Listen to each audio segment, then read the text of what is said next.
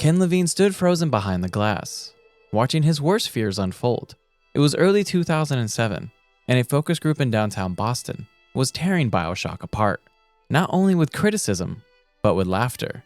The testers were confused and mocking his game, saying things like, "Who's that weird Australian guy? What's with the zombies? And why are robots flying at me?" His game BioShock was supposed to be different, a shooter built on philosophy, with a world that asked questions, offering something deeper than mindless killing. But what he was hearing from behind the glass sounded like failure. But what those testers weren't understanding was that BioShock was never just about shooting lightning from your hands, or rewriting your own DNA. It was about Rapture, the impossible city beneath the sea, a place where art, science, and greed collided into something terrible. A place that made players ask, what went wrong here? And more importantly, what part am I playing in it? It was about power, and the cost of chasing it. Levine had sold Irrational Games to 2K to fund this vision. To these game testers on the other side of the mirror, BioShock might have looked like a game in chaos spiraling out of control, an underwater dream destined to implode under its own ambition. And it nearly did. This is the story of how one of the most celebrated worlds in video game history was built, not just under pressure, but underwater. In 1997, Ken Levine, Jonathan Che, and Robert Fremiere left Looking Glass Studios to start their own company, Irrational Games. But the small studio would still work inside the Looking Glass building, and it didn't start off well for them at all. Their first paid work was to create a single-player campaign for a game called Fireteam.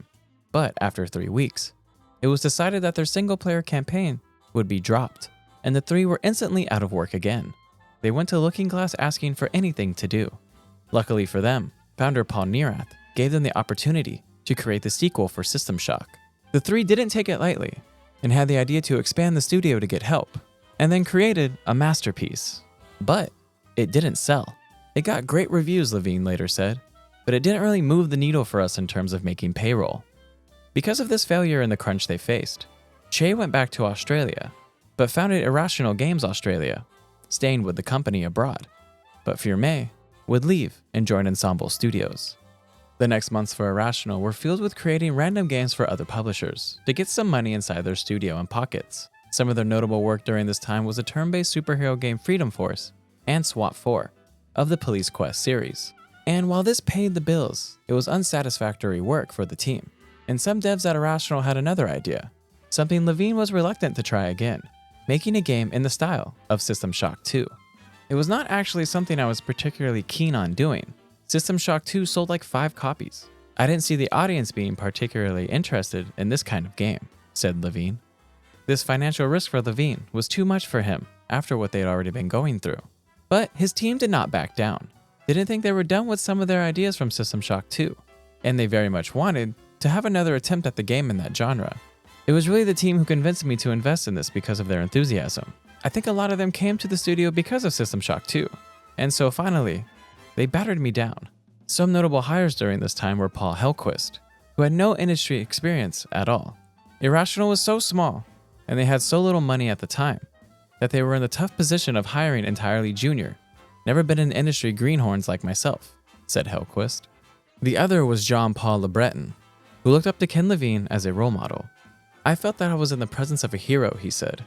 He was charismatic, articulate, and passionate about all the stuff that I was passionate about. We were going to work together and raise the standard of what games could be.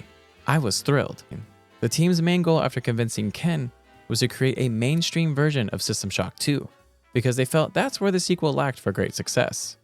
We recognized that there were things in System Shock 2 that were holding it back, that were excessively complicated, or hard for people to understand, explained John Che. So with confidence filling the studio and his team in full support of the idea, Irrational began creating their new game. But in 2002, it turned into an actual nightmare. Their first iterations of the game were a mishmash of ideas, ranging from space stations, monsters like the Jellymen or Eelmen, and a protagonist named Carlos Cuellar. The early versions did include the faction drones, and AI systems that would eventually evolve into BioShock. But the biggest problem was the world didn't have a voice yet, and this took months to figure out. But, as Irrational would find out later, there was something worse coming. Their sales pitch was described as a modern-day nightmare of the terrifying nexus between religious fanaticism and unbound science in an undersea complex. And nobody wanted it. But this wasn't a surprise to Levine. We'd say, it's a spiritual successor to System Shock 2. And they'd say, well, how did that sell? And we'd be like, not very well. So they'd say, so you want us to find a sequel to a game that didn't sell? And this was a huge problem for them, because they were burning through the money that they didn't have. We were sitting there using the money we made from other development deals, Levine said. We would try to scrape together whatever time and money we had to work on this thing. And to make matters worse, their demo was just a singular room that attempted to portray the tone of the game. So we would do this demo, and there was one room, basically just a show. And I'd write up a document, and we'd take it and fly around the country. Like, here's our room. And after weeks and weeks of searching for a publisher to bite on their underwater room demo, they decided to take an unconventional approach, pitching the game to a journalist. Levine called up a GameSpot journalist named Andrew Park, who was a huge fan of System Shock 2. I said, will you come out and look at this thing that we're doing and write a story? And he's like, sure. So Andrew flew out and we showed him what we had, which is this very rudimentary thing about an underwater base. And he wrote up an article and sort of featured it as a spiritual successor to System Shock 2. And the next day, the phone started ringing from publishers who now, all of a sudden, saw the article was getting all this pickup and all these comments and people were excited. That really, I think, put it over the top in terms of being able to sell it. We never would have sold it without Andrew coming out and doing that. That's when 2K came to them with an offer to buy them out. It was not Rapture, Levine remembers. Andrew Ryan didn't exist, the Big Daddies and Little Sisters as you know them didn't exist. It was just this idea about game systems. Take-Two bought it on that basis. I'm not exactly sure why they did that. I think it showed a lot of vision on their part. But Levine would kindly accept the offer. With the announcement of BioShock in 2004, and with the money boost from 2K in 2005, Irrational moved out of Looking Glass's offices and had their own office in Quincy, Massachusetts, for their now over 60-people studio, who flooded in from the news of a spiritual successor to System Shock 2. But they did still have a major issue. Their game didn't have a world worth building yet. Their game didn't have a soul. Their game didn't have Rapture. The world of BioShock didn't begin underwater. It began in orbit. The earliest version of the game took place aboard a typical gray space station, with enemies gamers would have fought hundreds of times before. Even though it was meant to be underwater, it was bland and boring. It just happened to have a couple of seaweed fronds outside, remembered lead animator Sean Robertson. But it ultimately ended up looking like a spaceship. The next evolution was a bit more dramatic, a Nazi bunker. It was set on an island after the Second World War, recalls John Che. It was a secret Nazi base that had been set up during the war. It had been abandoned, and now it's full of crazy Nazis, and the results of their crazy experiments. These crazy experiments were the Eelmen, who were a crossbreed of human and eels, where the top half was humanoid, and the bottom half were eel. They would hurl lightning bolts at players. And while neither of these ideas actually worked out, they did establish the foundation, an isolation with no exits, and a belief that what was under the ocean, hidden from the world, could actually exist. It was always going to be an underwater thing, because that was our space, where if you're stuck in this place, you can't just open the door and leave. That's kind of an important part of the survival horror vibe is like, why don't I just leave, you know? You need to answer that question, so players just put it out of their head and get involved in the situation, explained Paul Hellquist. While this did explain the gameplay portion, Levine had a more philosophical reasoning. So I came up with this notion of this utopia that they didn't want anyone to find. From that, I wondered what sort of utopia it would be, and came up with a character and his sort of philosophical background. Pseudo-objectivism and extremely capitalistic view of the world. He'd be terrified the new dealers in the US and the Stalinists in Russia would find his city. So, as he said, it wasn't impossible to build a city at the bottom of the sea. It was impossible to build it anywhere else. But for a long while, the idea stalled for Irrational. That was until one simple trip to Manhattan. Levine and his wife took a day trip to Rockefeller Center, and that's when it all clicked. The iconic plaza and the cold geometry, and gilded surfaces, the inified Art Deco style, and the mythic statue of Atlas shouldering the world. All those things sort of went off like ding ding ding in my head, Levine remembered. Ken even noticed the simple geometry of the buildings that would be easy to render in real time, the symbolism and individualism that was already embedded in the work around him. To ensure he had the examples he needed, Ken and his wife bought multiple disposable cameras and photographed everything. My wife and I bought these disposable cameras that they had back then, taking pictures of everything, down from the facade of the building, down to like what a door handle or what a lighting fixture would look like, to a floor tile, to a desk, to everything. And with the inspiration in hand, Ken took it back to the studio to begin creating their underwater city. Only the team didn't start with a huge world. They started creating random assets that were never quite right. That's when Levine decided to stick to a single room again, to get the vibe right. That's when artist Mauricio Tarragina drew BioShock's very first object that would be created in-game, a statue, and everything began to fall into place from there. We stayed in that room for like a period of a couple months of just trying to get it right. We kept throwing things out, and once we had that room right, then we started expanding out and populating the rest of the game with that look. This room would become what players would know as the Kashmir restaurant, and it was the focal point of everything else that came after. And what came after was a world of wonder and themes. From a very young age, Levine had a memory of a ride from a World Fair in 1967, when he was just over a year old. It involved a huge bat flying at him. I remember loving it, and I think that stuck with me. So themed areas were something that always resonated with me, and BioShock sort of always had this notion of feeling of theme in different areas, much more than the real world. And all of this wonder and creativity that would become Rapture was all in thanks to Take-Two. I think where the money really showed in BioShock was the bandwidth they gave the artists to build, and really realize the visual look of the game, said Levine. We never had the resources before to really establish an aesthetic as carefully as we did in that game. A lot of that was about having the time and resources to hire the people, to develop the look and develop the assets. And the character that Levine had mentioned before as the architect of Rapture was the industrialist Andrew Ryan, the menacing voice that players continually hear throughout playing. And he was inspired from many sources that Levine had seen or read in real life. The biggest was Ayn Rand in her book The Fountainhead. But Ryan wasn't inspired from the politics, but the intensity. You could see a video game character speaking with that kind of certainty, Levine said. This idealistic person who says, the only way to do this is to separate from the rest of the world. And because of this belief, Ryan posed a simple question: in what country is there a place for people like me? His answer was Rapture. Built in 1949, in answer to World War II, the Depression, the New Deal, and the nuclear bombs of Hiroshima and Nagasaki, a place where the world's best and brightest could reach their true potential without being constrained by the needs of the parasites. A place where his philosophy of radical individualism could thrive.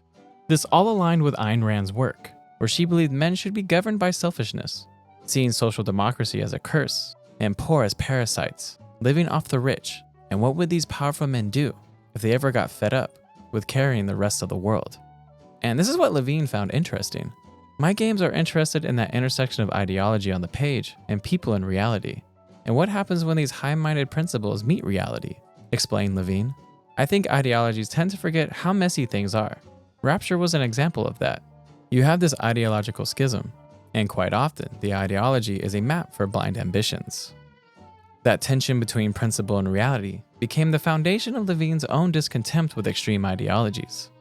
My discomfort with extreme ideology tends to focus around the fact that often when ideology meets reality, people don't turn out as well as they might hope. And that tells you a lot about ideologies. I'm certainly not defending any of those actions that he took because I think they're all pretty reprehensible from an objective standard. But I think a lot of actions all of us take aren't up to what we ideally want to do. And it's interesting to have a character who is so clear in the abstract about what he believes, that when it's tested, it becomes a lot trickier. But the real weight behind Rapture was something far more personal. Levine was a Jewish writer born in New York, grew up surrounded by culture that would inspire the tragedy of Rapture. He spent time in the Diamond District with his father, and he would visit his grandmother in Queens and be surrounded by Yiddish. And as he walked, he would smell the sweet smell of kugel in the air and see the other bobes walking the streets, being enveloped by a world that Jews created themselves. But there was also a darker side that he witnessed that found its way into Rapture. In the early 80s, New York emptied their mental institutions, and the streets became flooded with patients. And Levine witnessed this firsthand as a kid. When you're a kid, you just see those people are experiencing these traumas. You just see it as scary when you're a kid, right? Because you don't understand. So there's the splicers. As a child, you know me, channeling my childhood fears and reactions to people. But then as an adult, I want to give the splicers that very human background, you know? Because they're tragic stories, right? They're not monsters. There are these tragic stories in them. And so when you find their audio logs or when you hear them talking about, they're talking to people who aren't there. As an adult, I got older, I realized that was tragedy, not horror. And so I think the tragic feeling of the lost, and though all those people kind of felt like that, there's some kind of lost greatness to them, because their mental health issues overtook whatever life they had. With schizophrenia, for instance, they were seeing and hearing things that weren't always necessarily there, and having conversations with people weren't necessarily there, and they were sort of trapped in the past. So it was sort of a love letter to them, and a reconstruction of my feelings as a kid, of an experience in New York, and all those people and not quite understanding, their experience, but the sense of wonder and the fear and all of those other elements that combine when you're a kid, exposed to all that stuff. And while a core of Rapture was set around Levine's real-world experiences, Irrational never intended it to be seen as a real city. There were vending machines selling ammo and other goods were placed amply around, with resurrection chambers accompanying them. Players could find weapon upgrade stations more than bathrooms or beds. And to Levine, this wasn't an issue. Their focus was on creating a city that could suspend players' disbelief enough to be believable. It is a completely deregulated society, so why wouldn't you be able to buy ammunition from vending machines? Now certainly you'd have vending machines that sell other items, but that would be a hot commodity in the same way that we see people come out selling umbrellas in New York when the rain comes down. When the war is on, people would be making a killing selling ammunition. But yeah, there's certainly concessions, like with how many toilets there are. We had this discussion when we did System Shock 2, because we were making the whole starship. Should there be a bed for everybody? How many bathrooms should there be? And frankly, I don't care. It's enough to make you feel that I buy into this, that suspension of disbelief I talked about. Even the layout and planning of Rapture reflected a more free approach. Where System Shock 2 was a grid, a spaceship that was decked out room by room, Rapture was allowed to blossom in a more natural way across the ocean floor. We just sort of dressed it with all these buildings outside that were all basically glorified fakes. We'll let the story drive what we needed to show, rather than some kind of predetermined map, Levine said. Areas were themed like amusement park zones, medical districts, entertainment halls, shopping centers, were all born from an idea and appreciation of Disney World and the World Fair. Themed areas were something that always resonated with me, and BioShock sort of always had this notion of feeling of theme in different areas, much more than the real world has, explained Levine. And this is why Rapture worked. It was not a sole idea. It was a conglomeration of multiple ideas topped over one another. It was a city that started out as a single room and slowly expanded, one room at a time, and it somehow felt like Rapture had always been there. While Rapture was beautiful and haunting, it still needed its monsters. The team had built the city, but the inhabitants didn't exist. Yet. Levine had an idea from years ago, though, that he knew he wanted to use. One night, Levine was sitting in his room, flipping through endless channels, when he landed on a nature documentary. He couldn't remember what animals were on the screen. Maybe it was a mother bear, or maybe a predator stalking a calf. But the images became burned into his mind. There was no narration, just a primal interaction. A predator, a protector, and a child caught in between. You knew exactly what's happening, right? You understood the relationship. I said, these would make really interesting AI types, because there's a story being told here that is immediately gettable with no words necessary, said Levine. These AI archetypes would become the cornerstone of BioShock, and it was these same systems that convinced Take-Two to take a risk with Irrational back in 2002. And after seeing the nature documentary, Levine took this idea to his team soon after. And lead designer Paul Helquist remembered this vividly. In the early days, Ken came to us and said, I've got this idea for this AI system that I want us to explore. He talked about watching nature shows and how they were, the predators and the prey, and he was like, but I want to add this third idea in there, so that there's these protectors that guard the prey and the predators. And those were the initial words. It was protector, gatherer, and predator. This idea was exciting for Levine, as it was his very own idea that would be different and special, that would set them apart from everyone else. But the idea would prove difficult for the team to finalize. The initial concept was built around the interaction of these three roles: a harvester transporting a valuable resource, a protector defending it, and predators trying to take it. And fast forward 4 years after the release of SWAT 4, and the team still didn't have a solid idea on how to make them work for BioShock. The main idea was to create these AIs that worked together to create something that seemed real and believable, as if the world of the game lived on with or without the player. But early iterations of these gatherers were not very good. At one point there were slugs, literally crawling around and sucking stuff out of corpses. The issue was, besides just being slugs, players couldn't see them, and players didn't care about slugs. There was no emotional connection to them in any way.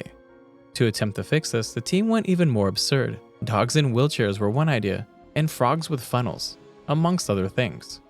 But none of these made the players care, and without that, the emotional dilemma they wanted to induce wouldn't exist.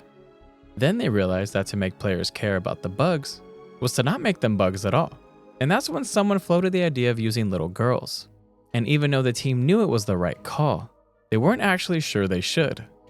It was a pretty terrifying implication, because it was pretty clear that this is what we should do, said the art director Nate Wells. We were like, oh god, we're gonna put a little girl in a game, and she's going to be a target.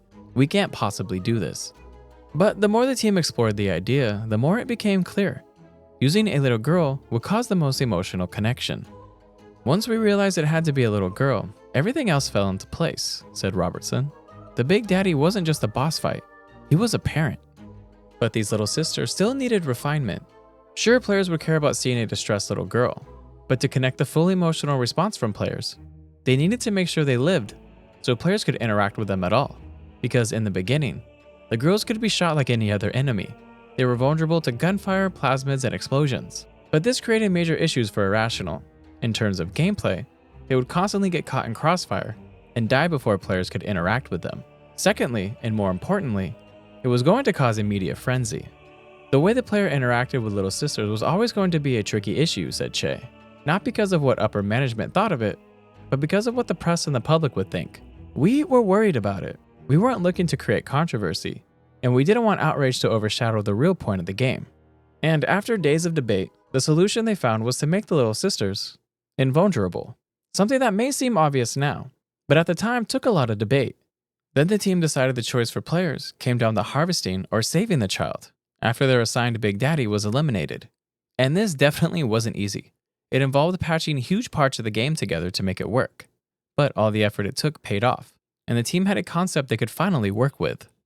While the team felt like they just got through a huge hurdle, the system was still nearly scrapped. We couldn't really figure out how to make them work properly, Levine said. We thought about cutting them a number of times. Part of the issue was the Big Daddy kept glitching, and for some reason would turn into a giant super ball and continually bounce off the ceiling and walls at 1,000,000 miles an hour. But the bigger issue was the incentive the Little Sisters offered. In the beginning, they just carried money or other treasures on them like every other splicer, and fighting them for those basic resources did not warrant the difficulty for players. So Irrational had to think of a resource that would incentivize players to attack. So we had to come up with a currency that was exclusive to them, yeah? Because we knew that was where the fun was, right? But we also knew people were terrified of them and didn't want to fight them.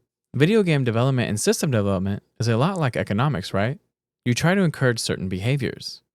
And to encourage this certain behavior to get players to attack, they created a new resource that would be called Atom, the volatile genetic substance that had the ability to rewrite genetic material, allowing the user to alter their body, their genetic makeup, and their natural abilities, without any direct limits whatsoever, aside from their imagination.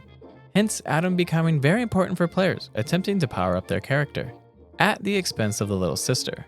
But this in turn caused another issue. Harvesting gave more Atom, and saving gave less.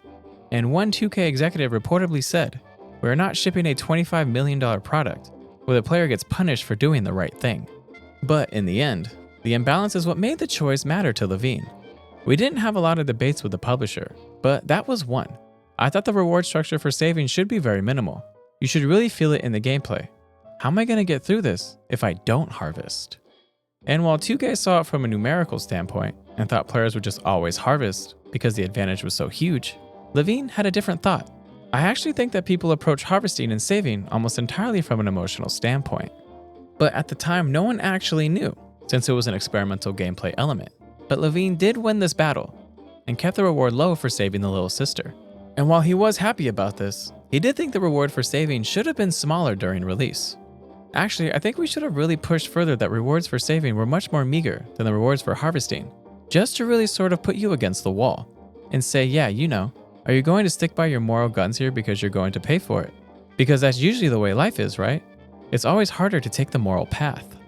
Visually, the Big Daddy and the Little Sister became inseparable, and after many iterations of both their concepts, they started to embody the soul of Rapture, in a world that was built on objectivism, where everything, even morality, could be reduced to a transaction.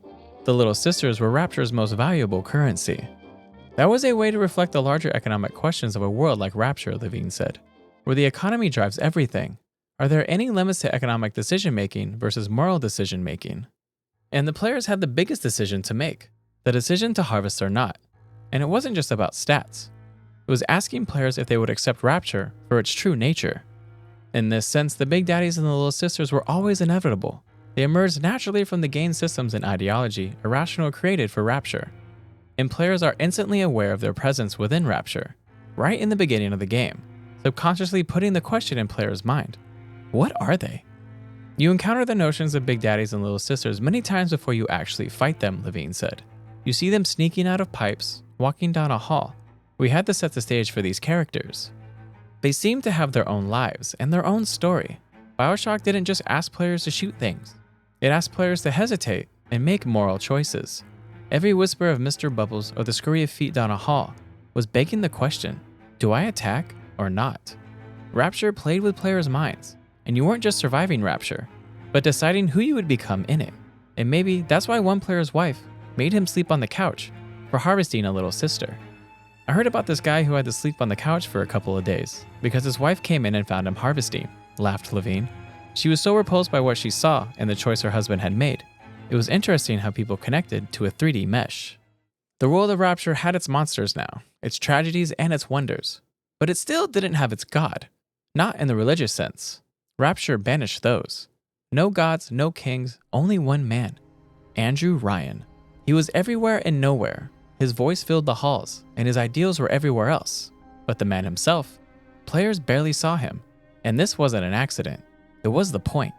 The character of Ryan, he's basically invisible through most of the game, right? Except for a very small portion. But he's very present because the city is him, right? It's such a representation of him. We never wanted to cut away to a cutscene where you saw Andrew Ryan, you know? Planning and scheming. We wanted him to be very present without actually being present, explained Levine. In this way, Ryan was more than a founder of a world under the ocean. He was the cornerstone of the story. And once his dream, his control, and philosophy were created, Irrational had to design the people who would challenge it. Once you had Ryan, and once you had his desire to protect this vision of his, you then just had to come up with the characters who would be arrayed in opposition to him, Levine said. So we had this character, the Big Daddy, and then eventually the character, the Little Sister. Characters like Tannenbaum came along, someone in opposition to him for more noble reasons. Then you have a character like Atlas, who's a much more cynical opposition. These characters like Atlas and Tannenbaum that followed Ryan down to Rapture were inspired by his love for theme parks and another show, Batman. I think Steinman, and especially Xander Cohen really, dominate in terms of the level. The fun thing about the characters that work like Simon, where he had all those little displays with the scissors and the tech, that was something our team came up with to support that character. Cohen in that level, I had this idea for this character, and you know, as this artist and taking Andrew Ryan's thinking to the extreme, through a lens of art was really fun. They were really in a lot of ways more like Batman villains than they were like actual real-world villains. They all have, you know, the Joker cares far more about the humor and the dark humor. The Riddler cares more about the riddles. The crime is the afterthought. It's the philosophy. These characters have a lot in common with that. There's probably a lot of inspiration taken from that sort of character, like the Joker in terms of a guy in BioShock, because they were really driven by their ideology. But their ideology is a mask for their sense of selves, right? Cohen knows he's a hack, and he can't admit that to himself. So he has to wrap himself up in all this nonsense, because the last thing he could ever do is look in the mirror and say, I'm not much of an artist, explained Levine. And philosophy and ideology was a huge fascination for Levine, who added moral and idealistic fallacies everywhere within Rapture. The game is full of examples of people who have strong ideologies, Levine said. Whether it's Ryan or Cohen or Steinman, they all have their own religion in a way, right? Steinman's got his Church of the Beautiful, Cohen's got his Church of the Aesthetic, and Ryan's got his own set of precepts that are really unyielding. And while some believe Ryan to be a hypocrite in the end, Levine didn't see it that way. It's less interesting whether he's a parasite or whether he's a hypocrite or not, Levine said. The more unyielding we are with our philosophy, the more hypocritical we're all bound to become. My discomfort with extreme ideology tends to focus around the fact that often when ideology meets reality, people don't turn out as well as they might hope. And Ryan was the most extreme case. He banned religion, he shut down theaters during the war, he seized businesses in the name of control, and then took control by force, and then turned to mind control. He's all about individual determination, Levine put it, but eventually embraces mind control. It's interesting to have a character who is so clear in the abstract about what he believes. Then when it's tested, it becomes a lot trickier. And one might wonder if the other characters in the game were as bad or as good as Ryan. But Levine couldn't answer it. Look at Tannenbaum. What is she? Is she a hero or a villain? She creates the Little Sisters. Then she has a change of heart. Where does that put her on the map morally? She obviously did some pretty atrocious things. So I don't know if there is a singular villain of the piece or a singular hero of the piece. Like life, there are a lot of people, some of whom try to do their best, and some of them not trying to do their best. There are some people who sort of stand out as a little above the others, like McDonough, who is Ryan's conscience in a way, who at least is very true to what his beliefs are. But on the other hand, staying true to your beliefs may not necessarily be a good thing, explained Levine. And while the narrative agency was revealed to be an illusion, Irrational made sure that players had their own freedom to play the game how they wanted, with combat-style upgrades and creative play. We were more skeptical about being able to do that with story at the time, Levine said. So much to the point where that becomes almost like a joke, you know? The meta joke of the game, of how little agency you have in your story, but agency in terms of how you play the experience. That was really important to us. So we spent a lot of time trying to make the world react in a way that you would expect, and hope it to react when you tried something right. This was especially true with the plasmid system that was taken straight from System Shock and upgraded. The size system from System Shock we thought was underutilized, explained Che. It was cool, but it wasn't as essential to the game as we wanted it to be. We thought this was kind of a waste, because most people don't finish a game once, let alone 3 times. We wanted to expose players to these systems a bit more uniformly, so the plasmid system in BioShock is more central to the game than the size system was in System Shock 2. And since they created a system like this before, they could make sure that all the powers were more useful this time. It's a better design. I mean, the side powers in System Shock 2. There are a few useful ones, but a lot of them are not that useful, explained Che, whereas the plasmid system was designed with the benefit of having already built a system like that once. We could make sure those powers were more generally useful. And while these skills started as traditional RPG skills, they eventually turned into a reactive experience for players. If the player expected to be able to do something, the game would say yes, Levine explained. Players could set enemies on fire, and they could jump into the water to remove it. If players zapped water with electricity, then everyone got shocked. We just kept expanding the vocabulary, Levine said. And I think it was probably the most innovative part of the game, besides the Big Daddy. Not that nobody ever done those powers before, but we figured out a way to make it feel just a little more grounded. But Irrational was on a tight schedule, and while on a bigger budget, they weren't necessarily on unlimited money, so the team had to get creative on how they showed and taught players how to use these powers. You're trying to get a message across in a very brief period of time, in a very snappy fashion. I think that one of the things that I always felt about games is that tutorials are sort of death. We always try to put a big burden on ourselves of how do we train people while not letting them know they're being trained. So we sort of had a bunch of art constraints on that, which also led to a bunch of writing constraints. And so those things were like 30 seconds, 15 seconds long. We had explained all plasmids in that period of time. I think that was a good exercise, because it also forced us to be concise and to really explain what this thing was. Some of the examples of this were the TK plasmid, where there wasn't a lot of physical space and time to really present it. So the team came up with the idea of the doctor's office, and he used TK to practice tennis. You know, I've been to the dentist's office, and there's always some weird aspect of the dentist's personality they always want to get through their office. They just have to have their hobby featured in some way. And so we saw an opportunity there to both feature this, that he's a tennis nut, and to teach TK at the same time, explained Levine.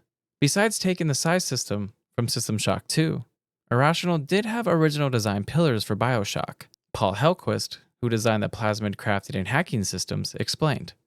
I basically came up with all the systems, and one of the core early ideas was mod yourself, mod the world, mod the weapons. This idea was broken down into more pieces by Hellquist as well, to create a deeper experience for players. It was a mnemonic called IC-HAM, immersed, curious, hungry, afraid, and meaningful choice. Hungry meant you were always just barely scraping by on resources. Afraid was a survival horror undertone. Curious was the constant what happened here feeling. And meaningful choice spanned everything from moral decisions to limited upgrade slots. We wanted you to get lost in this world, Hellquist said, to put the controller down and come up for air and be like, oh yeah, I'm still in my living room. An example of the immersed even went into the famous vending machines. A shopkeeper who just sits there silently feels fake, Levine said, but a vending machine, that can feel 100% authentic. We wrote a lot of lines for it.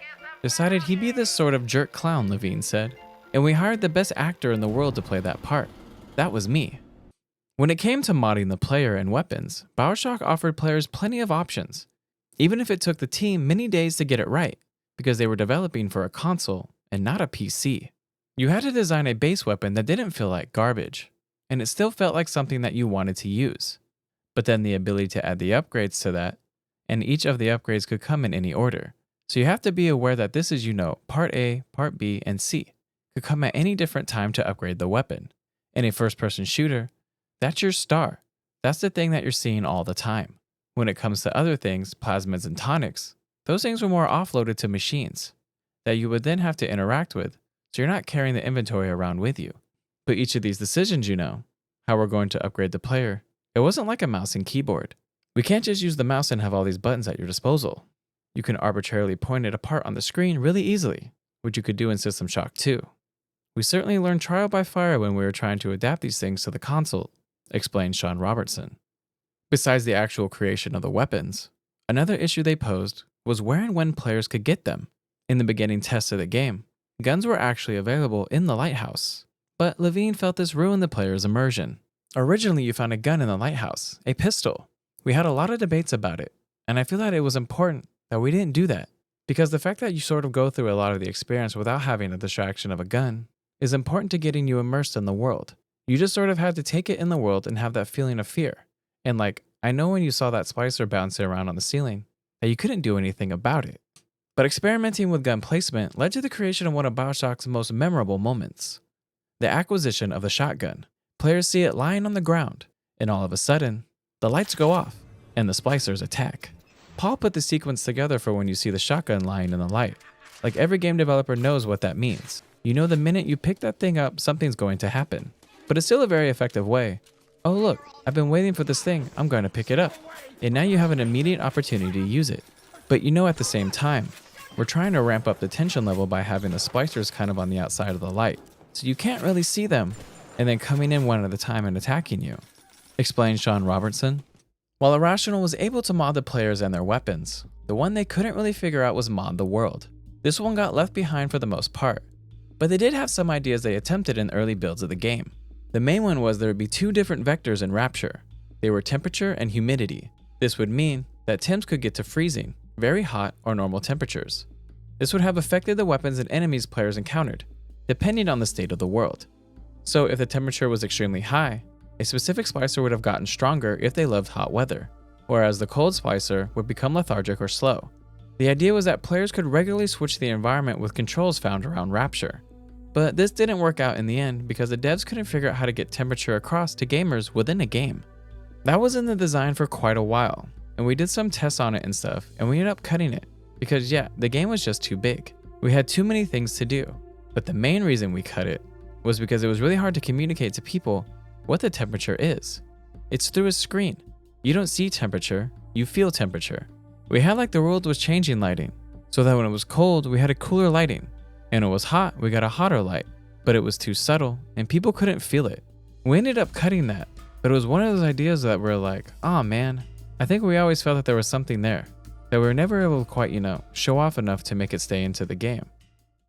With the team approaching multiple years of work of creating Andrew Ryan to torment players in game, the real chain pulling was happening in a room in Boston. 5 years into development behind one-way glass, the team was watching a handful of strangers not understand any of their work. Testers didn't even realize Rapture was underwater. They didn't trust Atlas. They thought it was too dark and confusing, and didn't know where to go. And this was a couple months away from release.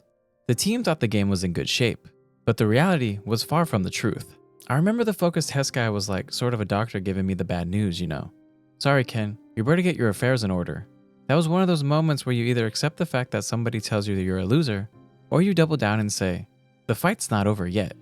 And after this focus test, Irrational did indeed double down, but at a cost.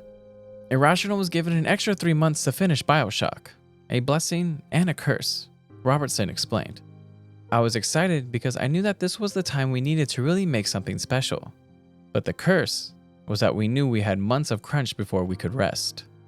On top of the extended time, a direct order from Levine sent the team to work 6 days a week that eventually turned into 7, 12 to 14 hours a day, all because Levine felt the pressure to create something that would impress on a mass scale.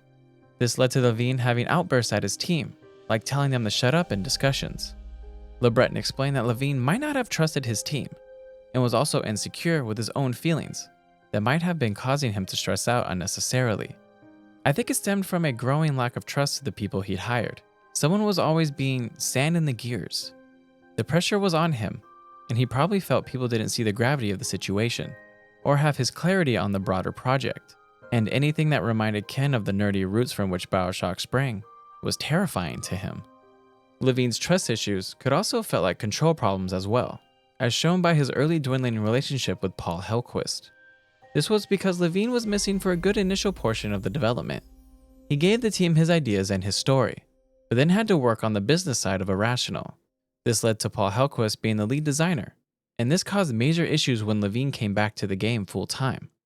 There was a time in that year in those early days where Ken was really busy just trying to keep the company running and keep the company surviving. I've never heard anything, but I suspect that he had some months where he was worried about payroll. Then during the process of building BioShock, he sold the studio to Take-Two and 2K. Well, with that weight off his shoulders, he was now able to alright, let's get me back in here and really, buckle down and be a big part of the team.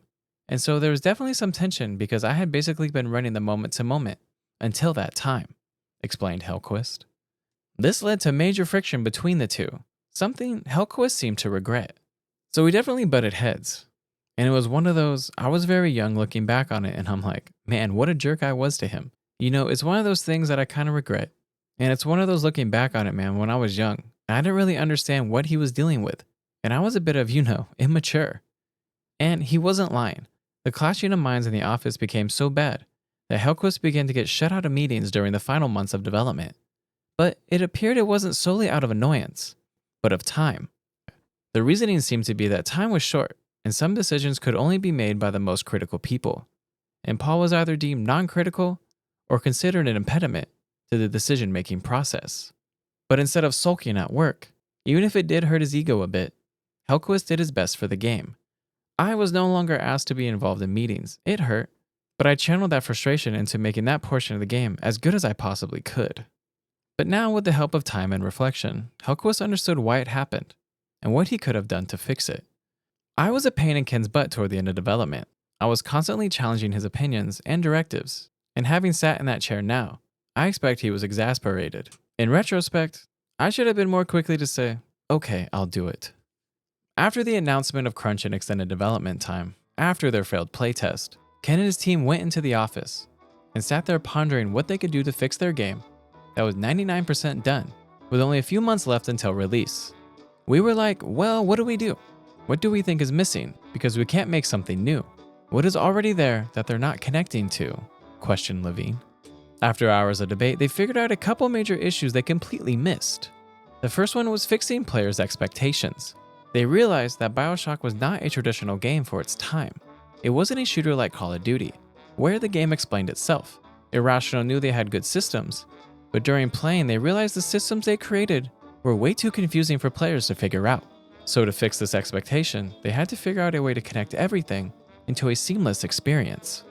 The fact that BioShock was different was a double-edged sword, believes Levine. Call of Duty and games like that have a little bit of an easier time. There's not a period of, what the hell am I even looking at here? What am I seeing on the screen? If our game had been more traditional, it would have been much better at getting those initial ideas across to the audience. But would they have gotten as excited by it as they did over BioShock, because its world was so unique? But after realizing that, the biggest issue they found was that players were not connecting to Jack, because they had no idea who they were. The original version of the game just had players floating in the middle of the ocean after a plane crash. It had no context and no setup. The focus test made it clear that this was not working and something needed to change. And the fix was quite simple. They decided to add an opening scene with a plane crash, inspired from Levine's then favorite show Lost, and then added Andrew Ryan's monologue. So you didn't have the voiceover saying, my parents always said I was going to do great things or whatever.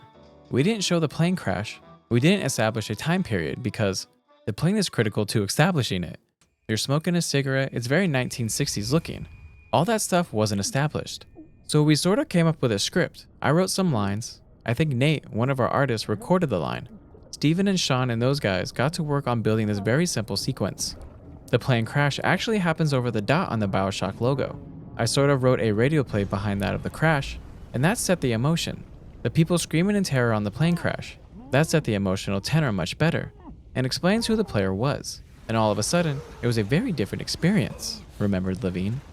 The Andrew Ryan speech was also a nice touch, as it added to the context of why someone would go there, adding a bit more realism to the intro. I think that's why we have Andrew Ryan's pitch right at the beginning of the game. We wanted players to understand why somebody would go there, and so he makes this very personal one-to-one pitch to the gamer, which was, there's a place that can be free of all these things, where you could not be sort of put upon by the government, and not be afraid of nuclear war, and not be afraid of all these other things that will plague you on the surface. We wanted that pitch to sort of resonate and make sense, because otherwise, by the time you got there, you'd be like, well, this place is just fantasy. Nobody would ever come here. And that the beauty of the place was also tied into that. It had to be a very attractive proposition, or people wouldn't believe that people would go leave their lives and go to the bottom of the ocean, explained Sean Robertson. And while figuring out all these issues, the crunch was now in full swing, and the team had to find unconventional ways of coping with the stress. I needed a break from all the late nights, but didn't know how to switch off, says John Abercrombie, a programmer at the time. I didn't want to play pinball or whatever, so I decided to replace the grenade that the Grenadier AI used with a 3D model of a cat, which would explode on contact. Abercrombie called the mod catastrophe. And while the crunch took a lot of morale from Irrational, some of the team members actually found the crunch to be exciting. We knew the potential was there and just needed that project to pull everything together, says Gardner, the lead level designer. In every way fathomable, BioShock was that project. I imagine it's how a band feels before they enter the studio to record their breakthrough album. There's just an energy. Another member of Irrational, Jordan Thomas, who joined in January of 2007 as a senior level designer, 8 months before the release of BioShock, also felt something special happening. I remember the hunger, he says. I came on late, but you could smell it, like an animal. Everyone there had something to prove. And when we let ego fall away, and that engine of collective intent began to roar, man, there was a beauty to the naked momentum of it. Thomas himself even had a story that almost mimicked a character from Rapture. He was working at 2 a.m. on an area of the game called Fort Frolic, where the insane artist Xander Cohen holds players captive. There was a bug that was interfering with Cohen's big final entrance scene, a scene he had been working on for a week with LeBreton. Wanting to figure out the issue, he stayed at his desk all night and actually figured it out. In the scene, Cohen descends, applauding himself. There's canned cheering and the music swells. But the only people there to observe his work are you, his prisoner, and the dead. Oblivious in my pride, I stood to my feet, arms thrown up, and bellowed, "It is done!" to a completely empty building. As Cohen sat there in his looping poses, admiring his masterpiece, I realized that, in a way, I had become him. While the intro and game systems got reworked, there was actually another issue. Atlas. He had been fully written, cast, and voice recorded with a southern drawl and smooth charm. But as we know, the testers weren't connecting with him. There was something about either the actor or the writing or the accent that just people immediately said, this guy's no good, with the first Atlas we had. Because you have to trust this guy, and at least if you know there's no trust, there's no punch in the gut, said Levine. This led to Levine having to rewrite Atlas from scratch again, and then let the original voice actor go. They didn't trust him, so it was tough because we had to let the actor go. It's no fault of his own, right? It was on us.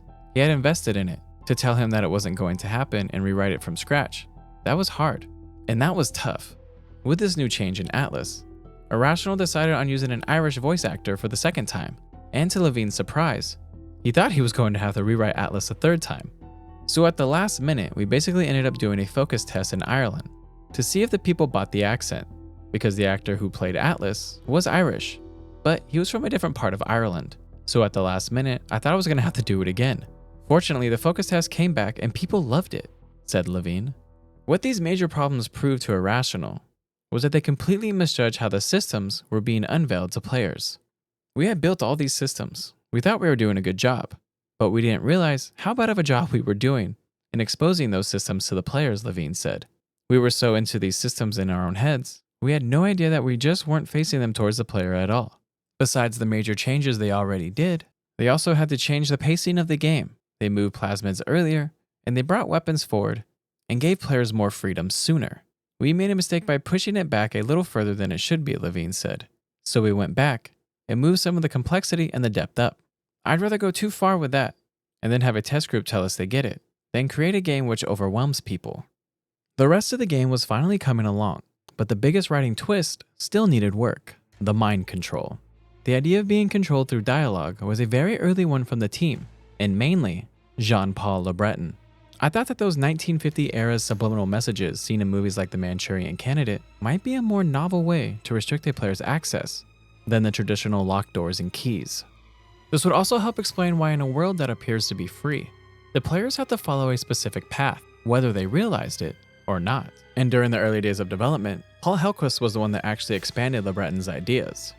And since during this time Ken was busy keeping the studio afloat, this left a hole in the team for BioShock's development, especially the writing. So Hellquist got sucked into doing the initial outline and writing the game.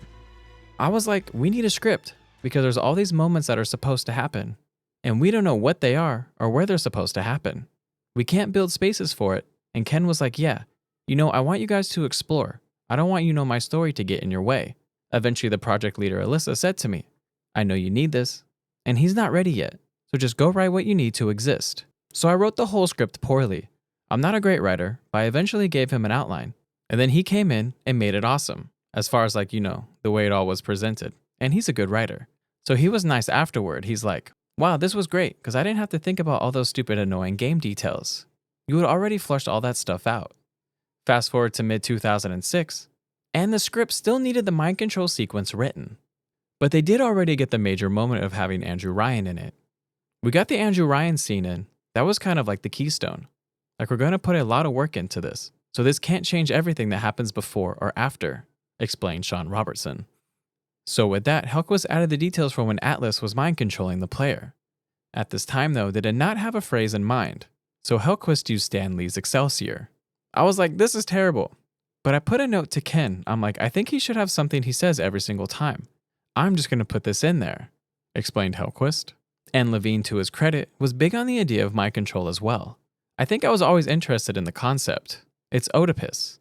He has, I'm going to leave this city and go to another city because there's been this prophecy about me and I'm going to avoid my fate and I'm in complete control. Then finding out he's not in control at all. We struggle with how much we really have control over and how much is our boss or parents or whatever telling us what to do. So that seemed like a natural thing for story. I don't think it had been explored in games really. Games back then, you're really just being railroaded in a corridor. And of course, Levine conjured up the perfect catchphrase. It came to him when he was working on a tagline for that year's E3 in 2006. He had originally settled on, would you kill people, even innocent people, to survive? This stuck for a bit, but would later reappear in the revised script as, would you kindly? Speaking of E3 2006, the event also opened Levine's eyes to a potential problem with BioShock. Since their main goal was to create a mainstream System Shock 2 spiritual successor, there were problems with the marketing of the game. They knew BioShock was different, and it wasn't an easy game to explain, which they later harshly learned from the focus group test. So Levine went into discussions with 2K's marketing team, and decided that the game would be marketed solely as a shooter from then on. It was still going to be the same FPS RPG hybrid, but they wanted to reach the Halo crowd, and lead artist Sean Robertson understands why 2K made the change. At the time, creating a game that was set in an underwater failed utopia espousing objectivist values didn't really seem like something that the public at large would enjoy, he said.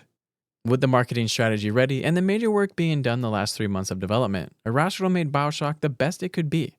The art team fixed the game's lighting to make Rapture less murky. They spent a lot of time redesigning the controls and the UI, and even added a quest arrow to direct players where to go next. The introduction was redirected to show off multiple sea vistas to make sure players knew Rapture was underwater. And with all these fixes and the release date looming, confidence was actually growing. But even so, by the time Irrational finished up creating Rapture and everything within, they were exhausted, and they were uncertain how their dystopia would fare to gamers. And to their surprise, when BioShock released in 2007, the response to BioShock was nothing like the team had feared. BioShock sold more than 4 million copies, followed by a ton of Game of the Year awards. Reviewers compared it to System Shock, to Deus Ex, to Half-Life, but more often, they said it was something else entirely. When we shipped, I was as a lead designer, I only see the flaws, said Hellquist. I'm like, I know it's good. It's probably like a 90 to 91. Hopefully we get into those 90s. It's a low 90s kind of game. Then it comes out Game of the Year 10 out of 10, 100%. We were just like, holy smoke, where did this come from? It came from BioShock being a defiance of the conventional shooter at the time. It was a challenge to players, to publishers, to the idea that games had to play it safe. In the place of uniformed soldiers or faceless aliens, BioShock gave the world a narcissist philosopher who built a world under the sea and declared himself sovereign. It gave players tragedy wrapped in elegance. To me, BioShock is a fantastic game, said level designer Jonathan Che. But the greatest achievement is that it proved there was a market for that kind of game. I guess it created that market, really. In doing so, BioShock cracked the door open for a new generation of games. Smarter shooters, immersive sims, experiences that didn't just reward reflexes, but asked questions. I think BioShock, compared to System Shock 2 and Deus Ex, and Thief, and Ultima Underworld, BioShock was the first one that was a multi-million-dollar seller, said Levine. And this was because Irrational met their goal of creating a mass-market System Shock 2 successor. But BioShock was more than that, because it had Rapture. I think for us, the big difference between System Shock and BioShock ended up being that System Shock was more about your character growth, Levine said, and BioShock was more about the environment. Rapture was really the star of this thing. And it wasn't always this way though, but it was a late design shift that changed from being a complete System Shock clone. We had a pretty substantial design shift like a year before the ship date, Levine recalled. It got to be much more about the experience of being in Rapture than about being in your character sheet. We really didn't have that in System Shock 2. We didn't really have the team to make enough assets or the visual power to sort of make it a really convincing environment. As we started working on BioShock, the art team was so strong that the ability to tell story within the environment became the most important thing about the game. This was sort of not something we thought right at the beginning. That was not really a concept we had. But as we started building things, we realized that the visual world was the star of this thing. Rapture was really the star of this thing. Telling the story outside of cutscenes, telling it in the world, so the gamer could discover the story, rather than us telling him or her the story. And while Rapture was amazing in itself, there was also the huge reveal. A legendary memory for players who experienced it, that set it apart from every other game at the time. A huge part of it was the big reveal that got everyone. This was at the time when everyone remembered The Sixth Sense, and how when that movie came out, it had its twist. Everyone was like, oh my god. We didn't think we had done that for games, but it turns out we had. That sort of created this really high impact moment as well, that just stuck with people. It's one of those things when you know the whole story and you're building it, you're like, this is so obvious. Everyone's gonna know by like the second mission. This is dumb. Of course, you know, it fooled pretty much everybody. So it was super exciting. We had no idea it was going to get that kind of response. It was just really magical and wonderful to read all those reviews. And Levine was also shocked by the positive praise the twist was getting. With BioShock, we really wanted to have the player to have to reconsider their entire experience. Also, I think you know for bonus points, who try to really examine their relationship to video games on top of that. And I think that we were kind of shocked. But at the end of the day, he had faith in gamers to understand it. I think we put our faith in gamers, and they are more sophisticated than a lot of people might think they were. And so that they could go with this and understand that it existed, not just in a story sense, but sort of in a meta-commentary sense, and would reward them for their knowledge and understanding of games, and the experience of having played a lot of games, explained Levine. But success didn't mean the game was perfect. The team knew the ending was a low point for the game. The boss fight is not our highest point in development, Che admitted. I think we always found it hard to do endings, and I actually think this is true for System Shock 2 as well. And part of the reason is that the end of the game has a lot of pressure to make it cool, and do some special things. But that didn't matter for BioShock, because nobody really remembered those final moments. The entire experience was so good, the engrossing gameplay with freedom of choice, Rapture, and the unique art direction the game had, that it made up for the lackluster ending. But the members did have favorite parts about the game. Levine was the intro. I think the descent to Rapture when you go down the bathysphere and seeing the city for the first time, I remember how much we worked on the timing of just getting there. I think that's the part that will always be near and dear to my heart. And for Sean Robertson, it was simply a single space. For me, it was the Kashmir restaurant, because it was really like the first art box that we had created. That was Rapture. It was the first time really all the elements started to come together. The release was a whirlwind of emotions for Irrational and Levine, especially for him, since he mostly thought there wasn't even a game until the final months. There were months and months where it was like, wow, this feels like crap. Why does this feel like crap, he said.